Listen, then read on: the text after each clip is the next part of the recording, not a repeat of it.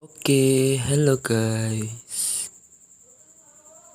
Perkenalkan kami dari kelompok 3 ingin menyampaikan presentasi dari kelompok kami. Yang pertama, anggotanya adalah saya sendiri sebagai moderator juga. Yang kedua, ada Ahmad Haiz Solahi, dia sebagai pemateri. Dan yang terakhir ada Nana Lutfiatur Rahmania sebagai pemateri juga. Ayo simak video penjelasan dari kami. Selamat menonton. Tapi jangan kecewa. Selamat mendengarkan aja. Assalamualaikum warahmatullahi wabarakatuh.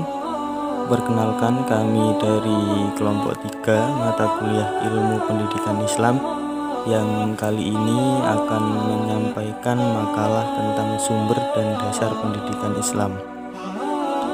Sebelum kita mulai penyampaian materi dan diskusi kali ini, alangkah baiknya kita awali dengan berdoa. Semoga diskusi kali ini berjalan dengan lancar dan membawa manfaat, dan semoga pandemi ini cepat berlalu sehingga kita semua bisa berkumpul kembali seperti biasanya. Berdoa mulai.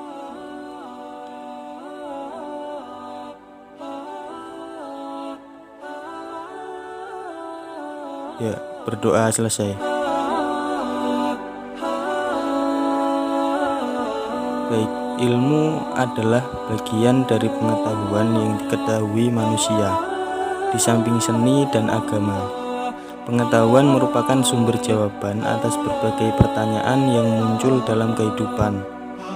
Pendidikan dalam arti yang luas telah ditempatkan sebagai bagian dari misi Rasulullah yang utama dalam mengajarkan dan menyebarkan risalah yang diamanahkan Allah Subhanahu wa Ta'ala kepadanya.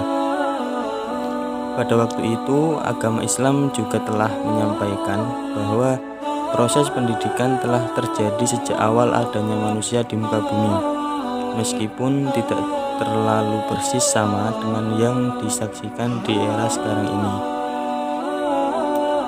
Sehubungan dengan itu pula, manusia juga mempunyai sifat alamiah, yaitu perasaan ingin tahu, yang kemudian hal ini membuat hidupnya menjadi dinamis dan selalu berusaha untuk menemukan jawaban-jawaban dari berbagai pertanyaan yang muncul, baik dari dalam ataupun dari luar dirinya, dengan melakukan renungan, pemikiran yang mendalam, atau dengan melakukan eksperimen yang kemudian hal ini membuat hidupnya menjadi dinamis. Dengan adanya potensi dasar yang dibawa manusia sejak lahir ini, sehingga ia dapat dikembangkan melalui suatu proses yang sistematis, berencana, dan sadar akan tujuan yang disebut dengan pendidikan, agar pengikutnya mampu memikul amanat yang dikehendaki Allah Subhanahu wa Ta'ala. Pendidikan Islam harus kita maknai secara rinci. Karena itu, keberadaan referensi atau sumber pendidikan Islam harus merupakan sumber utama Islam itu sendiri, yaitu Al-Quran dan As-Sunnah atau hadis.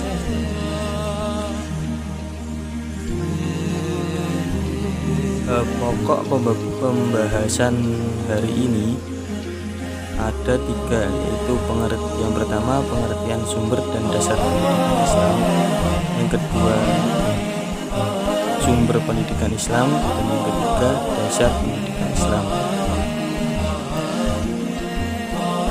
Untuk pembahasan yang pertama, pengertian sumber dan dasar pendidikan Islam. Kata sumber dalam bahasa Arab disebut masdar, yang jamaknya maswadir, dapat diartikan starting point, point of origin, source, infinitive, verbal norms, dan absolute or internal object. Sumber pendidikan Islam adalah acuan atau rujukan yang dari memancarkan ilmu pengetahuan dan nilai-nilai yang akan ditransinternalisasikan dalam pendidikan Islam. Sumber ini tentunya telah diyakini kebenaran dan kekuatannya dalam menghantar aktivitas pendidikan dan telah diuji dari waktu ke waktu. Sumber pendidikan Islam terkadang disebut dengan dasar ideal pendidikan Islam. Sumber pendidikan Islam memiliki fungsi yang sangat penting dan strategis. Fungsi tersebut diantara lain: 1. Mengarahkan tujuan pendidikan Islam yang ingin dicapai. 2. Membingkai seluruh kurikulum yang dilakukan dalam proses belajar mengajar, yang di dalamnya termasuk materi, metode, media, sarana, dan evaluasi. Yang ketiga, menjadi standar tolak ukur dalam evaluasi apakah kegiatan pendidikan telah mencapai dan sesuai apa yang diharapkan atau belum. Kemudian, pengertian dasar pendidikan Islam.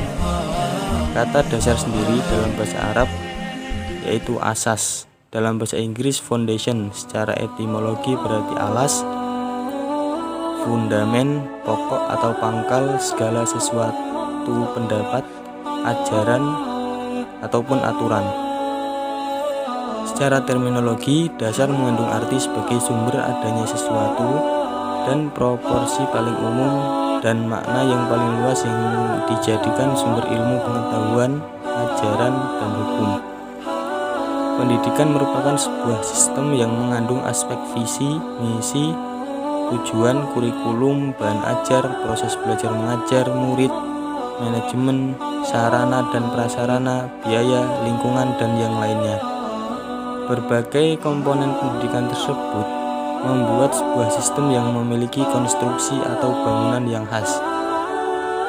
Agar konstruksi atau bangunan pendidikan tersebut kokoh, maka harus memiliki dasar, fundamen atau asas yang menopang dan menyangganya, sehingga bangunan konsep pendidikan dapat berdiri kokoh dan dapat digunakan sebagai acuan dalam praktik pendidikan. Dengan demikian, dasar pendidikan merupakan segala sesuatu yang berbentuk konsep, pemikiran, dan gagasan yang mendasari dan mengasasi pendidikan. Materi yang kedua yaitu mengenai sumber pendidikan Islam. Menurut Said Ismail Ali, sebagaimana dikutip oleh Hasan Langgulung, sumber pendidikan Islam itu ada 6 macam. Yang pertama adalah Al-Quran. Al-Quran itu merupakan firman Allah yang diturunkan kepada Nabi Muhammad SAW melalui perantara malaikat Jibril, yang disampaikan kepada generasi berikutnya secara mutawatir.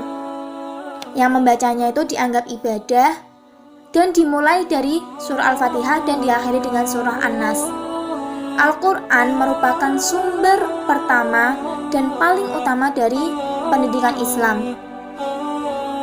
Al-Quran itu memiliki konsep pendidikan yang utuh, hanya saja tidak mudah untuk diungkap secara keseluruhan karena sangat luas dan mendalam pembahasannya. Ada beberapa fungsi Al-Quran sebagai sumber pendidikan. Yang pertama dari segi namanya, Al-Quran dan Alkitab. Al-Quran itu memiliki arti membaca, Alkitab memiliki arti menulis. Membaca dan menulis dalam arti yang luas merupakan kegiatan utama dan pertama dalam pendidikan. Yang kedua, dari segi surah pertama yang diturunkan yaitu surah Al-Alaq ayat 1-5. Yang ketiga, dari segi fungsinya. Yang keempat yaitu dari segi sumbernya. Allah itu telah mengenalkan dirinya sebagai Rabb atau Murabbi, itu sebagai pendidik, dan orang yang pertama kali dididik dan diberi pengajaran oleh Allah adalah Nabi Adam alaihissalam. Kemudian yang kedua adalah As-Sunnah. As-Sunnah itu diartikan sebagai sesuatu yang disandarkan kepada Nabi Muhammad, baik itu berupa perkataan, perbuatan, maupun ketetapannya. Ada 2 manfaat pokok dari As-Sunnah. Yang pertama yaitu mampu menjelaskan konsep dan kesempurnaan pendidikan Islam sesuai dengan konsep Al-Quran, serta lebih merinci penjelasan Al-Quran. Jadi sesuatu yang belum rinci dibahas di dalam Al-Quran, pada As-Sunnah itu telah dijelaskan secara detail. Yang kedua yaitu As-Sunnah itu dapat menjadi contoh yang tepat dalam penentuan metode pendidikan. Selanjutnya itu kata-kata sahabat, madhab sahabi. Yang dikatakan sahabat itu apa? Apakah kita bisa dikatakan sebagai sahabat? Tentu bukan. Sahabat itu adalah orang yang lahir dan hidup sezaman dengan Nabi Muhammad serta menyatakan beriman dan setia kepadanya. Jadi kalau ada orang yang lahir dan hidup sezaman dengan Nabi Muhammad tetapi dia itu tidak beriman, maka dia tidak dikatakan sebagai sahabat. Dan dia dikatakan sebagai sahabat itu orang yang pertama kali belajar dan menimba pengetahuan Nabi Muhammad, mencurahkan segenap waktu, tenaga, kemampuan untuk memikirkan dan membimbing umat manusia. Kemudian selanjutnya adalah kemaslahatan umat, maslahi al-mursalah. Ini tuh termasuk undang-undang, peraturan atau hukum yang tidak disebutkan secara tegas di dalam Al-Quran. Namun, itu dipandang perlu diadakan demi kemaslahatan umat. Contohnya itu seperti buku nikah. Walaupun tidak disebutkan secara tegas di dalam Al-Quran dan As-Sunnah, namun surat nikah itu diperlukan agar menjadi bukti yang sah dan mendapat perlindungan hukum atas pernikahannya. Dengan adanya surat pernikahan itu kan hak-hak sipilnya sebagai warga negara itu dapat diambil semua gitu loh. Tetapi ada tapinya, masyali al-musalah itu tidak menyimpang dari tujuan utamanya. Jadi ada beberapa syarat. Yang pertama itu apa yang dicetuskan itu benar-benar membawa kemaslahatan dan menolak kerusakan, serta sudah melalui tahapan observasi dan analisis. Kemudian yang kedua itu bersifat universal yang mencakup seluruh lapisan masyarakat tanpa adanya diskriminasi. Yang ketiga, keputusannya itu tidak bertentangan dengan nilai-nilai dasar Al-Quran dan As-Sunnah. Yang kelima yaitu tradisi atau adat kebiasaan masyarakat. Adat kebiasaan masyarakat itu baik berupa perkataan maupun perbuatan yang dilakukan secara terus-menerus dan selanjutnya membentuk semacam hukum tersendiri. Seperti seorang laki-laki dalam meminang seorang wanita, dia membawa hadiah, tetapi hadiah itu kan tidak ada di dalam Al-Quran, namun diperbolehkan. Kemudian yang keenam yaitu ijtihad, hasil pemikiran para ahli dalam Islam, berpikir dengan menggunakan seluruh ilmu yang dimiliki oleh ilmuwan syariat Islam untuk menetapkan atau menentukan sesuatu hukum syariat Islam. Seperti contohnya itu menentukan 1 Syawal. Para ulama-ulama berkumpul, berdiskusi, menentukan apakah 1 Syawal itu hari ini atau hari esok dengan ilmu-ilmu yang dia miliki, memberikan argumennya, memberikan apa yang ia ketahui, bagaimana kok bisa dikatakan besok 1 Syawal gitu. Jadi setelah ada rundingan, hasil pemikiran itu dijadikan satu dan baru bisa menentukan 1 Syawal itu kapan. Terima kasih.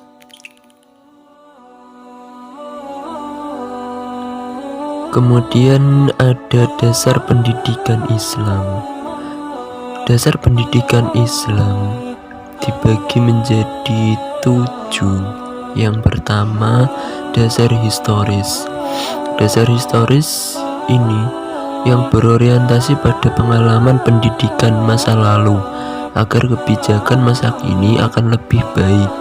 Yang kedua ada dasar sosiologis. dasar yang memberikan kerangka sosial budaya, yang mana sosial budaya itu pendidikan dilaksanakan. Yang ketiga yakni dasar ekonomi yang memberikan perspektif tentang potensi-potensi finansial, menggali dan mengatur sumber-sumber, serta bertanggung jawab terhadap rencana dan anggaran pembelanjaannya. Yang keempat yakni dasar politik dan administratif, dasar yang memberikan bingkai ideologis yang digunakan sebagai tempat bertolak untuk mencapai tujuan yang dicita-citakan dan direncanakan bersama. Yang kelima, ada dasar psikologis, dasar yang memberikan informasi tentang bakat, minat, watak, karakter, motivasi, dan inovasi peserta pendidik, tenaga administrasi, serta sumber daya manusia yang lain. Yang keenam, ada dasar filosofis, dasar yang memberikan kemampuan memilih yang terbaik, memberi arah suatu sistem, mengontrol dan memberi arah kepada dasar-dasar operasional lainnya. Yang terakhir yaitu dasar religius, dasar yang diturunkan dari dasar agama, bersumber dari agama ya. Kemudian yang terakhir ada kesimpulan dari materi kali ini adalah: 1. Bahwa sumber pendidikan Islam adalah acuan atau rujukan yang dari memancarkan ilmu pengetahuan dan nilai-nilai yang akan ditransinternalisasikan dalam pendidikan Islam. Sedangkan dasar pendidikan merupakan segala sesuatu yang berbentuk konsep, pemikiran, dan gagasan yang mendasari dan mengasasi pendidikan. Yang kedua, sumber pendidikan Islam terdiri atas 6 macam, yaitu Al-Quran, As-Sunnah, kata-kata sahabat, kemaslahatan umat atau masalihul mursalah, tradisi atau adat kebiasaan masyarakat, dan hasil pemikiran para ahli dalam Islam.